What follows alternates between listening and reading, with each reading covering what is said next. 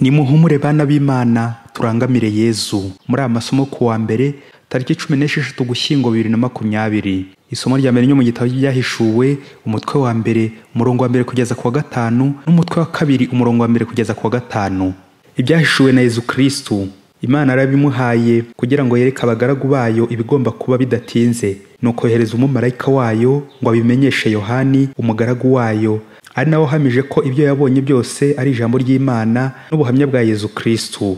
Arahirwa usoma kimwe n'abatega amatwi amagambo y'ubuhanuzi bagakurikiza ibyanditswemo, kuko igihe cyegereje. Yewe Yohani, kuri za kiliziya ndwi zo muri Aziya, nimugire neza n'amahoro bituruka kuri wa wundi uriho, uwahozeho kandi ugiye kuza, bigaturuka no kuri roho ndwi zihagaze imbere y'intebe y'ubwami, no kuri Yezu Kristo umuhamya w'indahemuka, umuvuka mbere mu bapfuye n'umugenga w'abami bo ku isi.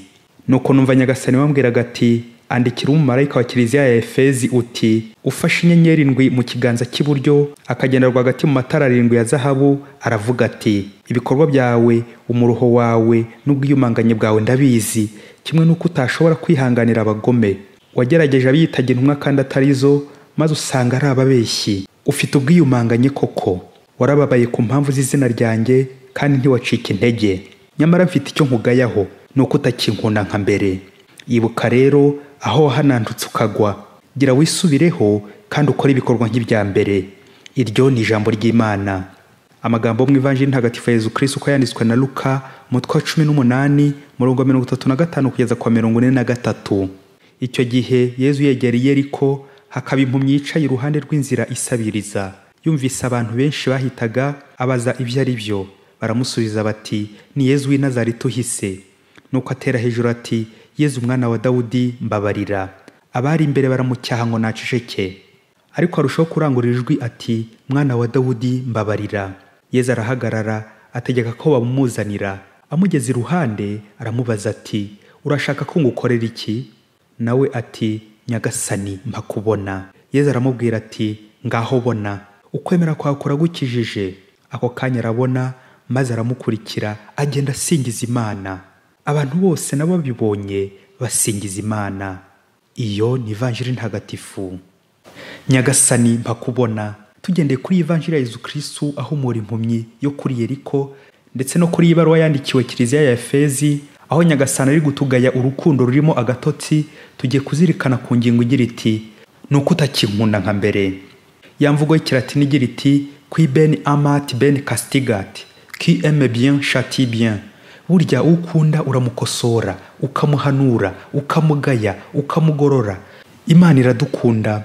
Uyu munsi yanyandikiye inenza urukundo rwanjye ko ari ruke, iti, ndakugaya nuko utakinkunda nka mbere. Natwe bavandimwe nitwe tubwirwa. Imana yatwandikiye mu mabaruwa kuri za kiliziya indwi. Uyu munsi iratwandikiye ibinyujije kuri kiliziya ya Efezi. Nyagasani yamaje gushimira ibikorwa byiza, ubutwari, ubwiyumanganye, ishyaka, kudacika intege iyi kiliziya yagaragaje, ariko mfite icyo nkugayaho, nuko utakinkunda nka mbere. Nyagasani rero ahita duha igisubizo cyaho twakwigorora, urukundo rukongera rugashibuka. Ati, ibuka rero aho wanandutse ukagwa, gira wisubireho kandi ukore ibikorwa nk'ibya mbere. Amen. Nyagasani, niki cyampomije amaso ku buryo ntakikubona, ntakigukunda nka mbere? Icyemezo cyo kwisubiraho kiragorana kandi kiravuna. Gufata icyemezo n'iby'abagabo ntabwo ifata icyemezo. Abantu kubera ububasha bafite, hari ubwo bamwe babera abandi inzitizi yo kuyoboka Imana, bakabana bacacikesha. Yewe twumvise mu Ivanjili impumyi yo kuri Yeriko yari yicaye iruhande rw'inzira isabiriza, ko yatakambiye Yezu ngo ayikize, ariko ikivunge kikayicecekesha. Dutekereze ukuntu ifashe icyemezo cyo kurangurira ijwi kugira ngo nawe Yezu amwumve. Ni koko bavandimwe, Nyagasani yumva vuba umunyabyago umutabaje. Nuko Yezu aramubaza ati, ngukorera iki? Nawe ati, Nyagasani mpakubona. Nuko Yezu aramukiza. Uyu munsi Yezu arambaza ati, ngukorera iki kutakinkunda nka mbere? Nibiki byaguhumije amaso ntihongere kumbona nka mbere? Mwana wanjye, ngukorera iki? Yezu mu kudukiza ubuhumyi bw'umubiri n'ubwa roho ari byo byaha, n'urukundo rubimutera. Yezu ukunda umuntu. Twibike ko umubano w'umugabo n'umugore muri Bibiliya ushushanya urukundo Kristo akunda kiliziya ye maze akayitangira. Jésus qui se marie avec l'humanité. Uko Yezu rero ari gukemanga urukundo rwawe rudashyitse, no mu rugo uwo mwashakanye wasanga ari kukugaya ati, narananutse, narababaye nuko utakinkunda nka mbere. Harabura iki? Urashaka ko ngukorera iki? mubyeyi baza uwo mubana. Hari ivuga ugira iti ukora ni ukosa. Ntukishimire gusa abagutaka bakubwira ibyiza byawe, nyamara ukubonyeho ikosa yabikubwira ubwo ugahita umurakarira. Ntawe udakosa abavandimwe. Inyangamugayo rero ni uwakoze nabi ibintu bigayitse ariko akaza kwisubiraho akabireka. Inyangamugayo. Ihangane muvandimwe w'igore, uzirikane kuri uyu mubano w'umugabo n'umugore ugizwe n'ibihe 4 ubwo bari bari mu rukiko baje gusaba gatanya, ariko bakongera gusubira mu mateka yabo bakisubiraho, bakirambagizanya, bamaze kubana, bamaze kubyara, batangiye guhemukirana.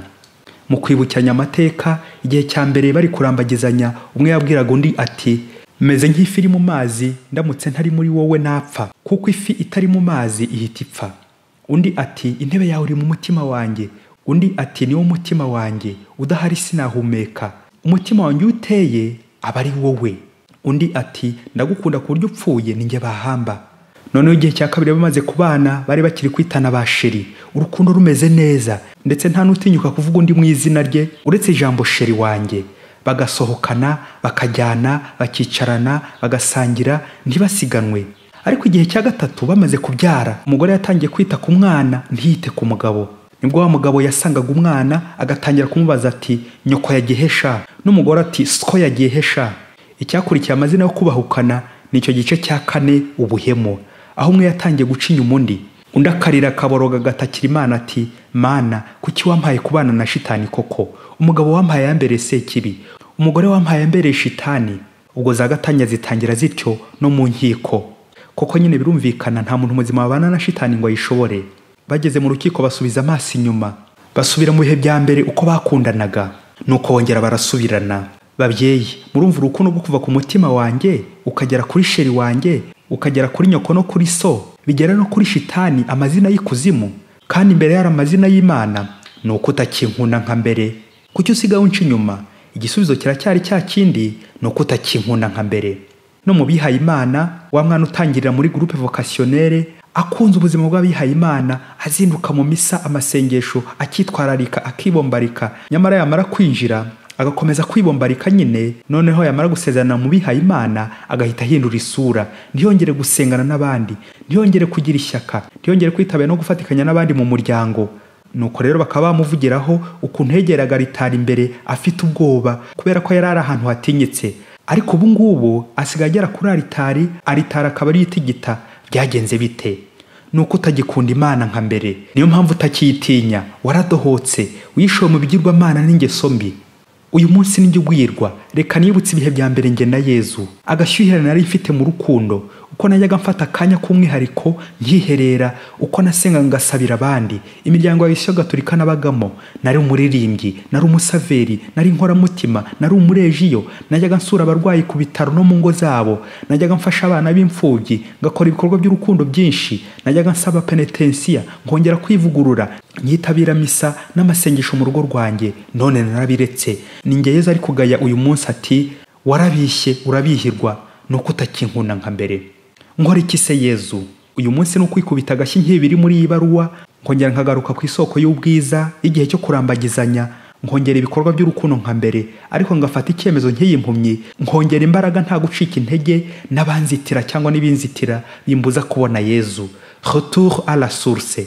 Ngava ku isoko marché y'umushiha, gufuha, guca inyuma, guhemuka, kubika inzika, gusesagura umutungo no kwikubira ingeso mbi zandavuza zimpumye amaso y'umutima, maze nkagaruka ku isoko source y'ubwiza bwa Yezu.